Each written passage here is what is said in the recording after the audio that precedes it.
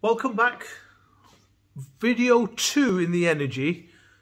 I want to this video try and show you the reactions that give you the right ideas that you need for understanding energy. So I'm just going to pause the video and flip. There's about 5 reactions that I want to demonstrate. And as we do them, we're going to take the temperature. And taking the temperature will indicate whether the temperature is going up or down. And I'm going to use, believe it or not, I'm going to use thermometers to do that. In the old days, when I was a younger man, we had mercury in our thermometers. And mercury was found later, after years later, like when I was in school, I used to play with it in my hands. It was found to be a toxic substance. It poisoned the brain and made people go mad, and therefore we don't use it. You could argue that's why I am mad. But now these thermometers are filled with something called blue fill. Let me show you. I'm going to use 4 thermometers to show you that blue fill thermometers are rubbish. I mean, they're not absolutely rubbish. We use them, but these have been out for an hour together. And if I take this first one and read the readings, where's my camera?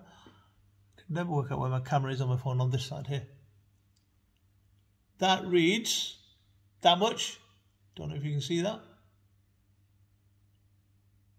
Is that about 24 degrees? About 24 degrees. Now, next one reads...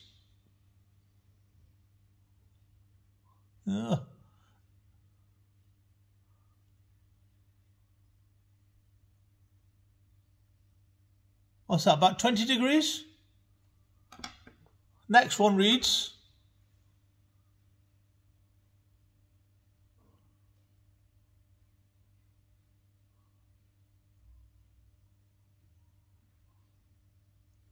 25 degrees, and the next one reads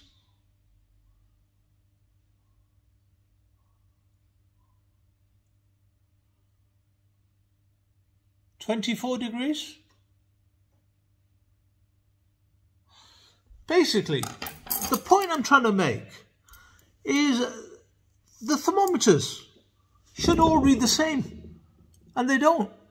When you use blue fill, I want you to know that there is an error in the thermometer in measuring absolute temperature.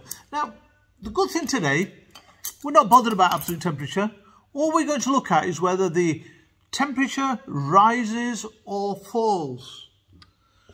First experiment, sulfuric acid. Sulfuric acid, I put it in here. This is sulfuric acid.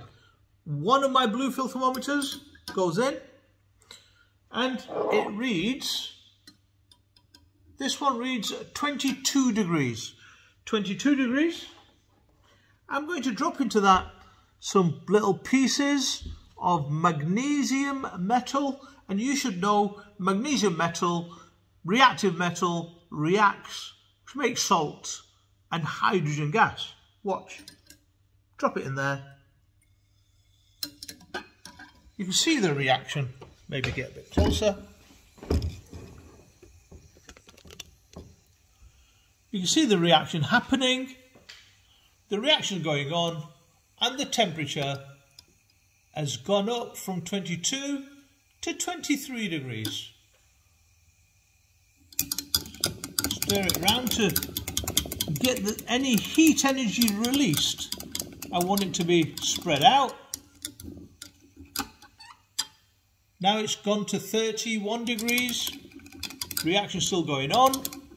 If I feel it with my fingers, that test tube is warm. If I show you the temperature reading, I find it hard to show readings of temperature. Is that my camera there? I hope it focuses on that blue film. See that? 30, 35 degrees.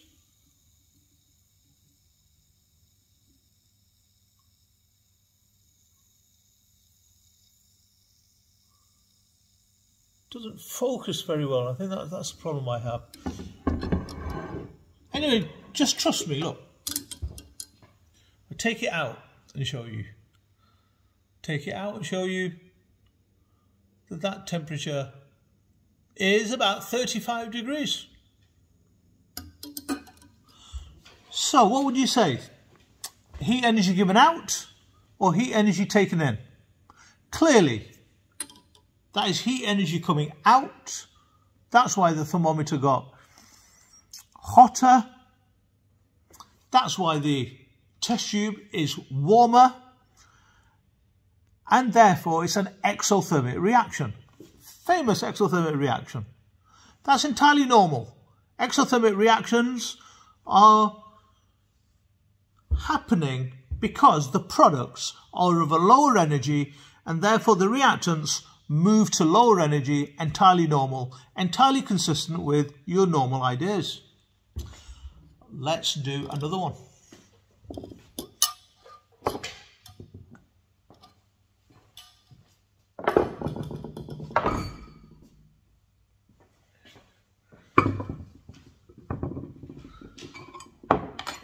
Now, here I've got water. I've just put some tap water into a test tube, and I've got ammonium chloride. Ammonium chloride, being ammonium, it will dissolve in water. All I'm going to do is to dissolve some of this into that water and put a thermometer in.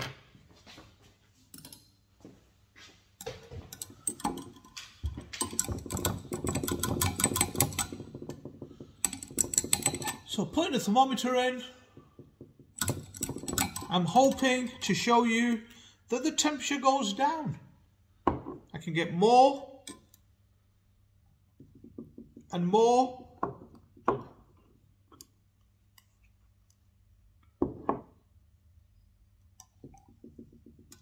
And stir it up. And the temperature on the thermometer now has gone down to 15, 12 degrees. If I feel, oh, that feels cold. Let me show you the thermometer.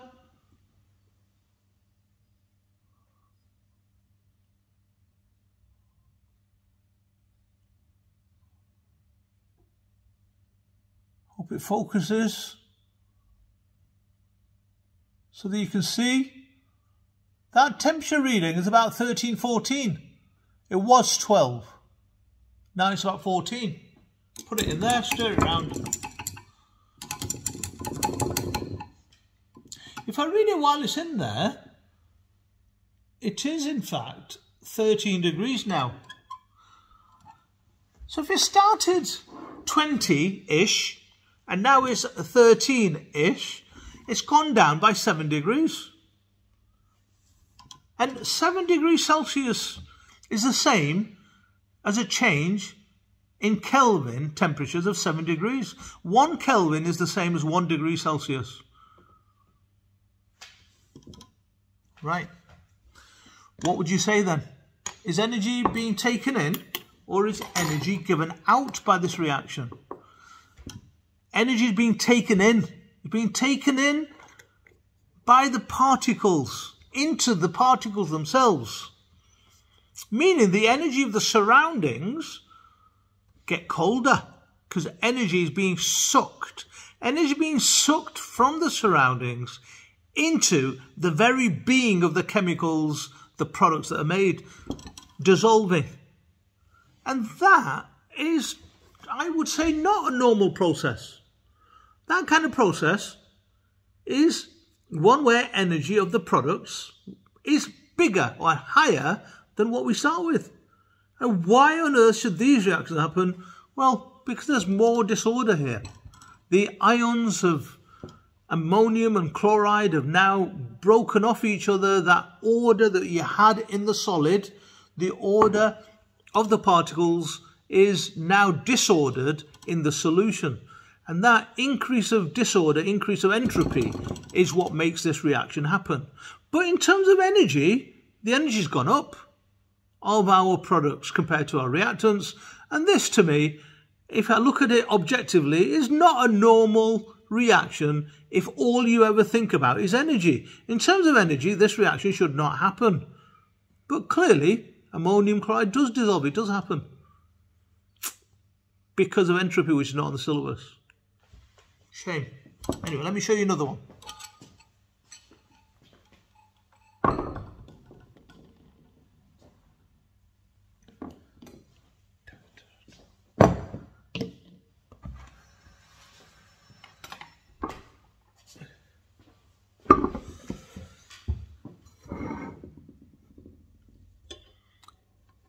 Here we're going to add acid to alkali. 50 of acid to 50 of alkali. Ooh. If I put 50 and 50 in, I'm going to overfill that. No, I'm going to do 50 and 50 experiment later. I think this time I'm just going to put a glug of one and a glug of the other. So here's the alkali, a glug. Yeah, it looks a bit crummy because of the bung is being reacted away by the sodium hydroxide. Hydrochloric acid. Put a thermometer in. Thermometer reads 23 at the moment. This one reads 23. I add the acid. I added a lot more acid than alkali, so I'm just going to add more alkali. There's the acid. And stir it all up. If I move that back, you might be able to see it a bit better.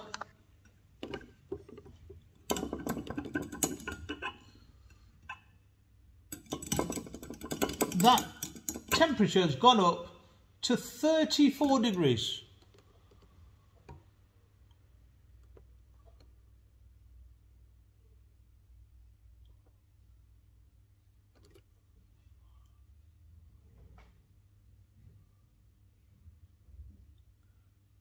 Come on, focus. It's now just under 30 degrees because it's getting colder clearly out here. It's getting colder. About 28 degrees now, but if I put it back in there, that's warm. Now, when you have a shower, that shower temperature is about 38 degrees. This is now 32 degrees. That is warmer. Acid alkali makes salt and water. Gives out heat energy.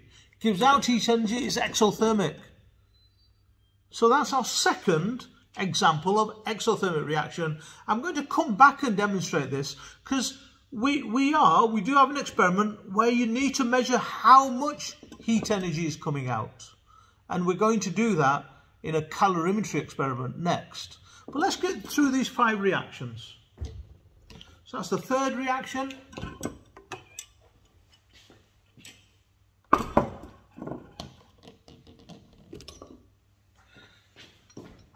Fourth reaction. Sodium carbonate with acid. Now, acid in there, sodium hydrogen carbonate. Now you should know that there will be a vigorous reaction.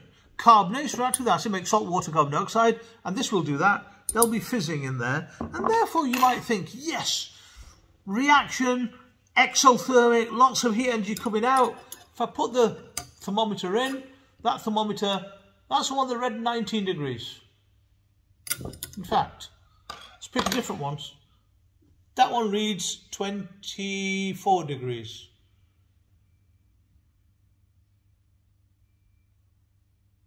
.24 degree one in there.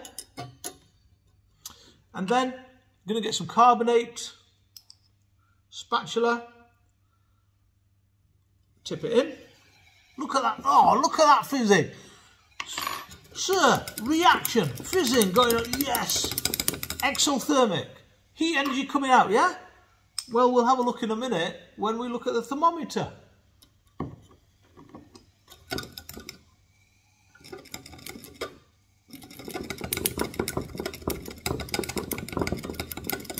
Get that reaction to happen.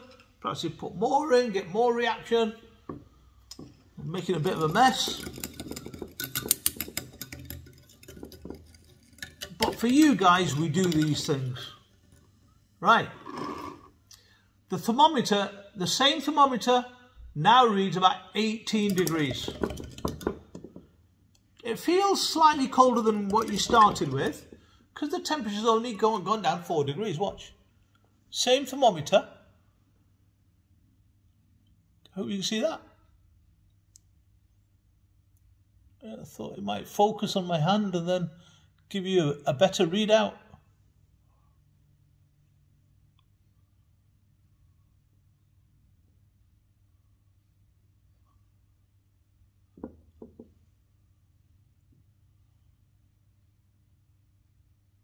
Under 20 degrees.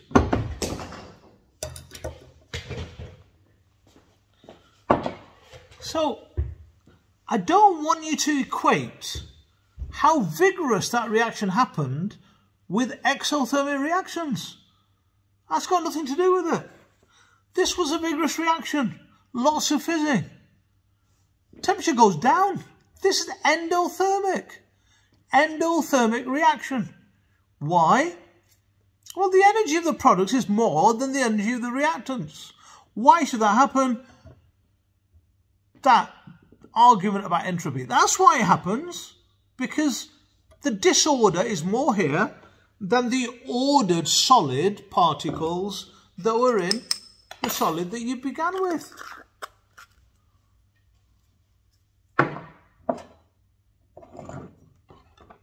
So, that's the fourth in the series. One left to do.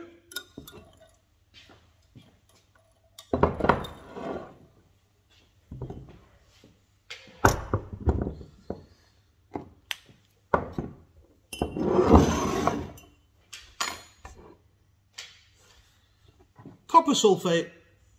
Put that in there. Copper sulfate. Thermometer. Now this is, we're trying to show you a displacement reaction. Zinc.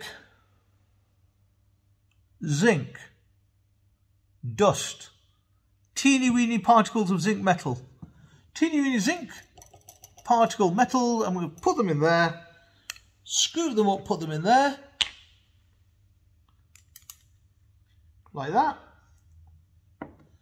This thermometer reads 19 degrees. Let me show you. Don't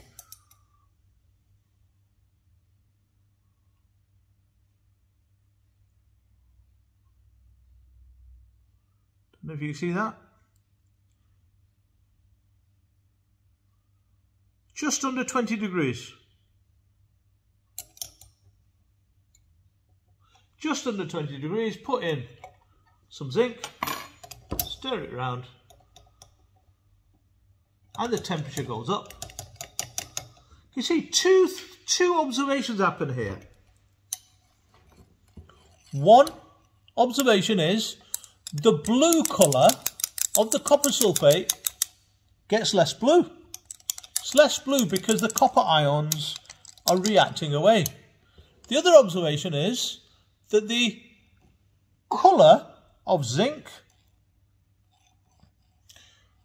which is silver, the silver metal zinc is turning into a reddish brown metal, copper coloured. And we'll get to grips with the equation here. The test tube is getting warm. The thermometer has gone up to 36 degrees.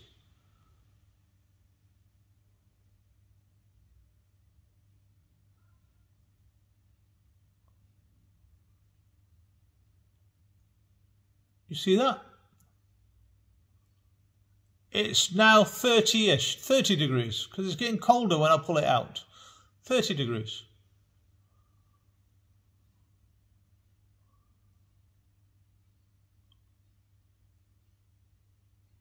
Now it's under 30 degrees.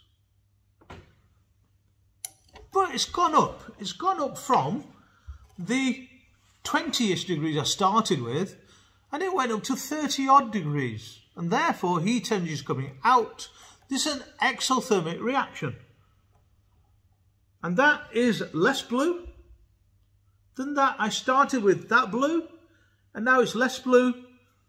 And that's because of the reaction that I'm going to go over on my PowerPoint.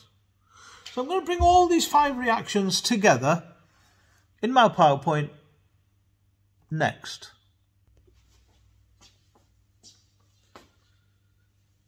Let's try and look at those reactions I've just demonstrated. Let's try and look at them and their equations, etc. First one, I put magnesium in sulfuric acid.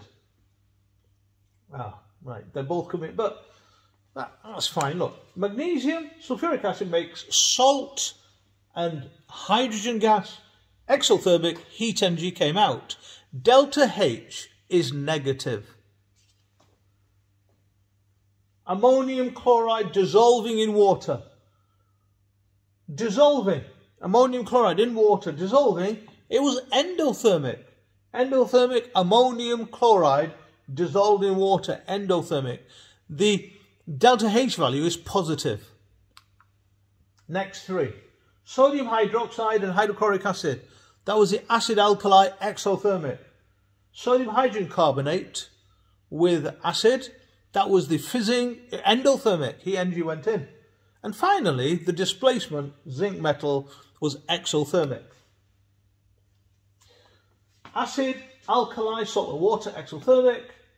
Carbonate, acid, salt, water, carbon dioxide. I've not labelled that for some reason. That was endothermic, even though it was a lot of fizzing.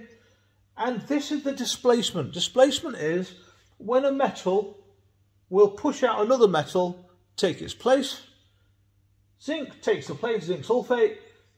It makes copper. Now the copper coats the zinc. That's why the solid zinc starts looking reddish brown. And because the copper sulfate solution is changing into zinc sulfate solution, zinc sulfate being colourless, then the blue colour gets less and less and less and less and less and less. And that was exothermic.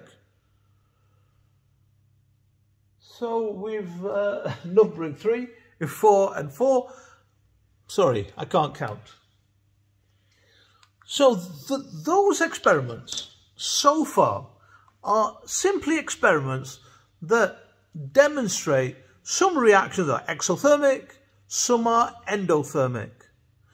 Well, the next part of our journey on this energy topic is to work out energy values for reactions. So we can measure the temperature rise, and can we, from measuring the temperature rise or the temperature fall, if we measure the rise or fall in temperature, can we use it to measure the energy value that for that reaction is either coming out or going in, and therefore can we work out delta H value? So essentially, next we're going to work out delta H value for endothermic and exothermic reactions. 24 minutes here, I'm going to stop it there and carry on next video.